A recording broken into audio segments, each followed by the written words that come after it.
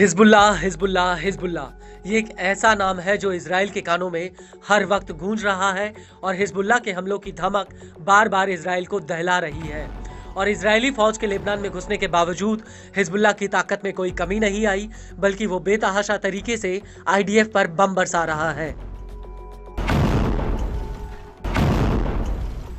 इस सब के बीच 26 अक्टूबर 2024 को इजराइल ने ईरान के सैन्य अड्डों पर कई हवाई हमले किए।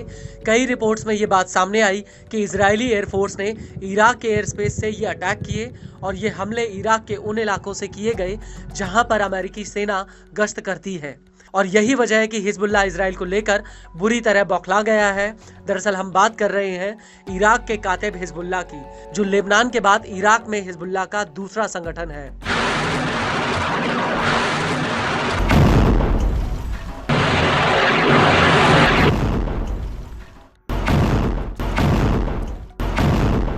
जिसने इजराइल के ईरान पर हमले की निंदा तो की ही है, साथ में ये भी कहा कि ये बेहद ही खतरनाक मिसाल है और इसके खतरनाक पहलुओं पर ध्यान दिया जाना चाहिए।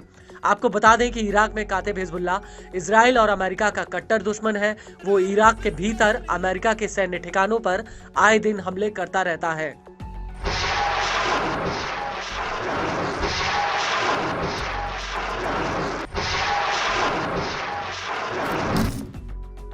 कातिब हिजबुल्लाह ने अपने बयान में कहा कि इजराइल के ईरान पर हमले का मूल्यांकन कई मानदंडों के अधीन होना चाहिए, जिनमें कुछ तकनीकी प्रकृति के हो सकते हैं और घटनाओं के स्पष्ट होने के बाद विशेषज्ञों द्वारा इसका निर्धारण किया जाना चाहिए। हिजबुल्लाह ने आईडीएफ द्वारा ईरान पर हमले के लिए इराकी एयर स्पेस का इस्तेमाल तकरीबन 1 घंटे तक किए जाने को बेहद ही खतरनाक बताया। हिजबुल्लाह का कहना है कि यह एक खतरनाक मिसाल है जिसका सामना ईरान ने पहले कभी नहीं किया। ऐसे कई सबूत हैं जो इस बात का संकेत देते हैं कि इजराइल ने ईरान पर हमले के लिए जॉर्डन की जमीन और हिजाज के रेगिस्तान का इस्तेमाल एक एयर कॉरिडोर के रूप में किया।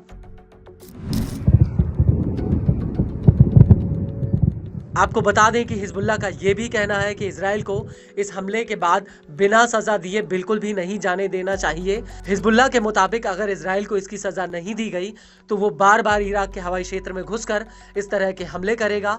इन हमलों को लेकर हिजबुल्लाह ने अमेरिका को भी जिम्मेदार ठहराया। हिजबुल्लाह का कहना है कि अमेरिका को अपनी इस हिमाकत की भारी कीमत चुकानी होगी। हिजबुल्लाह के मुताबिक अगर इजराइल को रोका नहीं गया, जिस तरह से उसने ईरान पर हमला करने का दुस्साहस किया, ठीक उसी तरह से वो इराक पर भी हमला कर सकता है।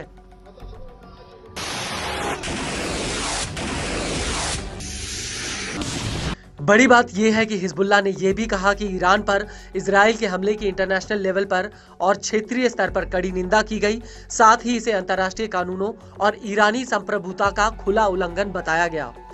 हिजबुल्लाह का कहना है कि इजराइल का ये हमला सीधे सीधे उकसावे वाला है। इस सब के बीच बड़ी बात यह है कि जब ईरान इजराइल पर जवाबी हमला करेगा तो क्या उस वक्त इराक का कातिब हिजबुल्लाह भी इसमें हिस्सा लेगा या नहीं, या फिर वो उससे पहले ही इजराइल के ऊपर कोई बड़ा हमला करेगा।